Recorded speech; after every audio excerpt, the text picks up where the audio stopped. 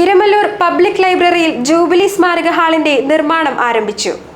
Iramallur public ലൈബ്രറിയിൽ ജില്ലാ പഞ്ചായത്ത് അനുവദിച്ച 10 ലക്ഷം രൂപ ഉപയോഗിച്ചാണ് ജൂബിലി ഹാൾ നിർമ്മിക്കുന്നത്.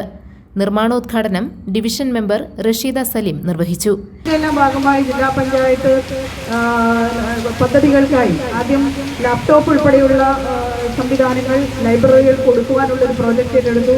പിന്നീട് സൗണ്ട് സിസ്റ്റവും മറ്റ് അനുബന്ധ ഫർണിച്ചർ ഉൾപ്പെടെയുള്ള കാര്യങ്ങൾ, പ്രൊജക്ടർ ഉൾപ്പെടെയുള്ള കാര്യങ്ങൾ ലൈബ്രറികൾക്ക് കൊടുക്കാമെന്നുള്ള തീരുമാനം രണ്ടാമതെടുത്തു.